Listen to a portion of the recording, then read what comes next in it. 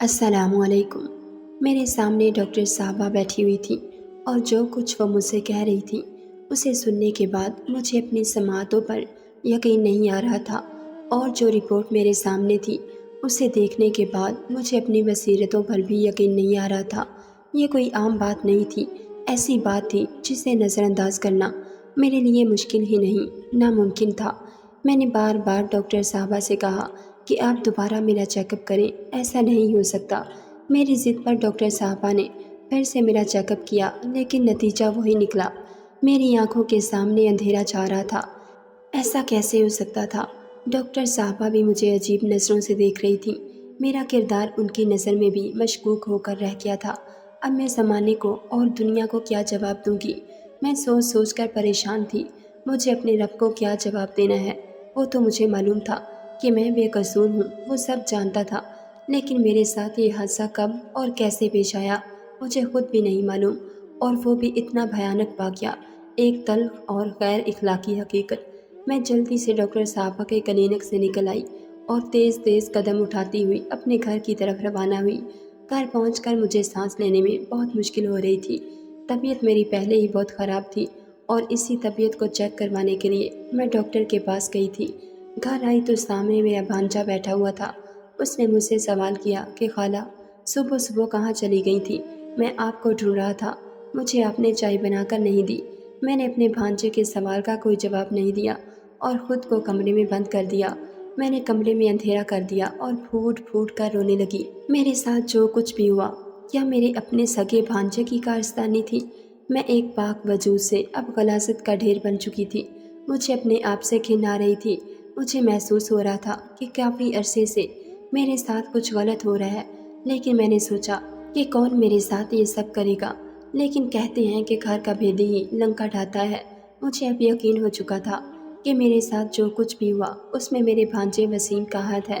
وسیم کی ماں اسے جنم دیتے ہی فوت ہو گئی تھی اور میں بے اولاد تھی۔ میں نے میرے شوہر سے کہا کہ ہم وسیم کو پالتے ہیں، تو اس نے صاف منع کر دیا۔ اس لیے وسیم کافی عرصے تک میری والدہ کے پاس رہا، لیکن میرے شوہر کی وفات کے بعد جب میں تنہا ہو گئی تو میں وسیم کو اپنے ساتھ لے آئی۔ اس وقت اس کی عمر 15 سال تھی۔ آج مجھے بیوہ ہوئے 10 سال ہو چکے تھے، اور وسیم 25 سال کا ایک خوبرو نوجوان تھا۔ میں اسے اپنے ساتھ لے کر تو آئی تھی، لیکن مجھے جلد ہی احساس ہو گیا تھا کہ وسیم کی حرکات و سکنات عام لڑکوں جیسی نہیں، لیکن اسے ساتھ رکھنا میری مجبوری تھی، کیونکہ والدہ اور شوہر کی وفات کے بعد میرا اب دنیا میں کوئی نہیں تھا اور وسیم کا بھی کوئی نہیں تھا۔ اس لیے میں نے اس کے منفی عادات کو نظر انداز کرتے ہوئے اسے اپنے ساتھ اپنے گھر میں رکھا۔ اندھے کو کیا چاہیے؟ دو آنکھیں۔ وسیم بے سہارا تھا، اس کے پاس گھر نہیں تھا، اور میرے پاس میرے شوہر کا گھر تھا۔ میرے شوہر میں نقص تھا جس کی وجہ سے مجھے اولاد نہ ہو سکی، لیکن بیوہ ہونے کے بعد بھی میں نے دوسری شادی نہیں کی، حالانکہ میں بہت حسین تھی۔ جب میں بیوہ ہوئی تو اس وقت میری عمر 27 سال تھی، اور میرے کافی رشتے آئے، مگر میں نے سب کو منع کر دیا۔ پتہ نہیں کیوں میرا زندگی اور دنیا سے دل اٹھ گیا تھا، مگر اب جو قیامت مجھ پر ٹوٹ پڑی تھی، میں اس کے متعلق سوچ سوچ کر پریشان تھی۔ محلے بھر میں ایک نیک اور پارسا عورت کے نام سے جانی جاتی تھی۔ سب میری بہت عزت کرتے تھے، اور اب جب محلے والوں کو یہ بات معلوم ہو گئی کہ یہ نیک اور پارسا عورت کسی کے ناجائز بچے کی ماں بننے والی ہے، تو میری زمانے بھر میں کیا عزت رہ جائے گی؟ میں نے پچھلے 10 سالوں سے اس عزت کو سنبھال کر رکھا ہوا تھا، اور آج سب ختم ہو گیا۔ یہ سب کیسے ہو گیا؟ مجھے کچھ علم نہ تھا، لیکن شک وسیم پر تھا۔ پچھلے کچھ عرصے سے وہ روزانہ رات کو دودھ کا گلاس لے کر میرے کمرے میں آ جاتا تھا اور مجھ سے کہتا تھا کہ خالہ یہ دودھ پی لو، بہت کمزور ہو گئی ہو خالہ، میں نے اس میں بادام بھی ڈالا ہے، اس سے نیند اچھی آ جائے گی اور صحت بھی اچھی ہو جائے گی۔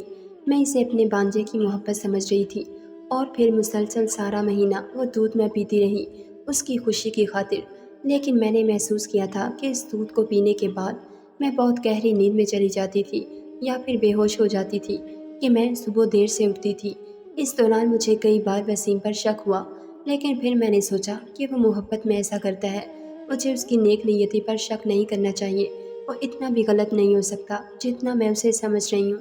میں نے اسے اپنا وہم سمجھا، لیکن آج مجھے احساس ہو رہا تھا کہ دال میں کچھ کالا تھا، اور میں سمجھ نہیں پائی۔ دن یوں ہی گزرتے گئے، میری طبیعت خراب ہوتی جا رہی تھی۔ میں نے خود کو کمرے کا قیدی بنا دیا تھا، لیکن کام تو کرنا تھا، دنیا کو منہ دکھانا تھا۔ میری محلے میں سب خواتین سے بہت دوستی تھی، آئے دن کوئی نہ کوئی گھر میں ڈیرا جما کر بیٹھ جاتی۔ میں خود کو اس طرح سے قید نہیں کر سکتی تھی۔ میں نے اپنے ارد گرد ایک دنیا بسا رکھی تھی۔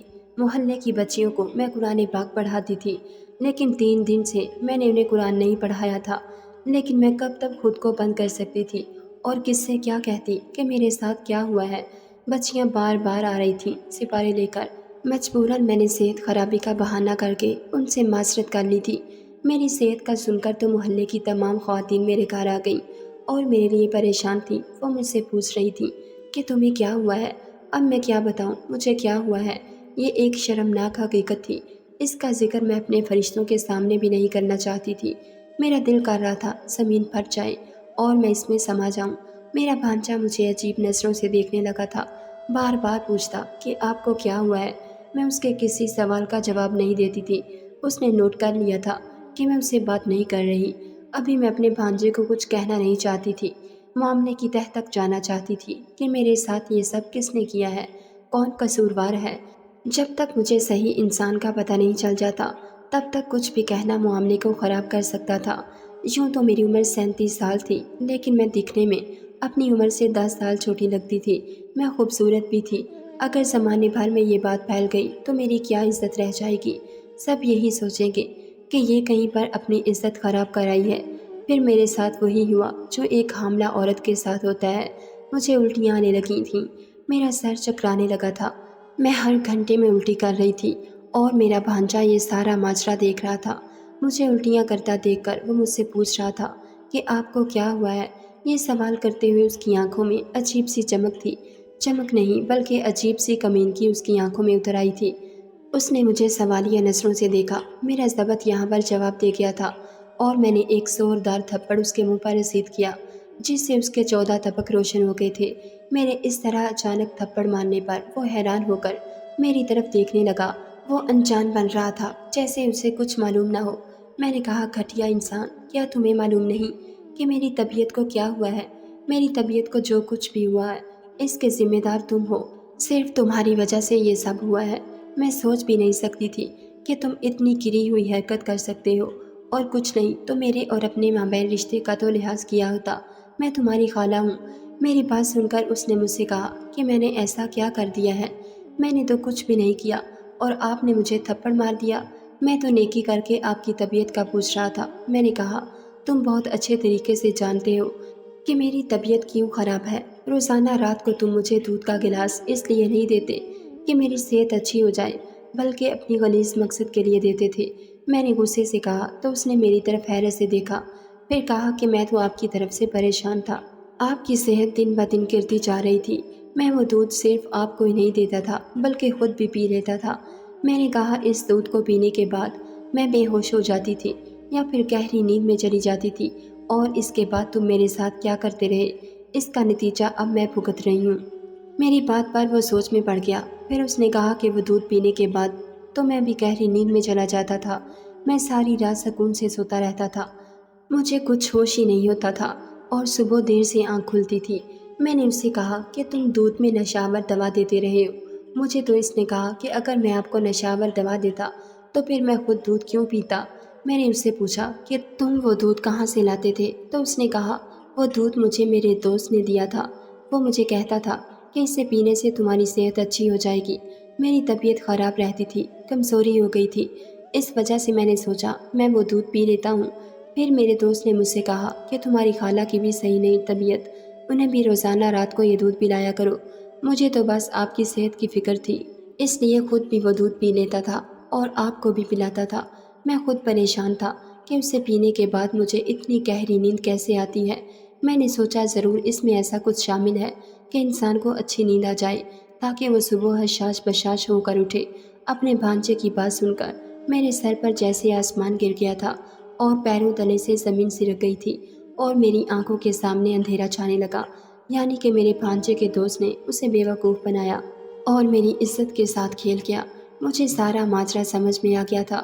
وہ جس دوست کا نام لے رہا تھا وہ ایک انتہائی کوئی مشکوک لڑکا تھا۔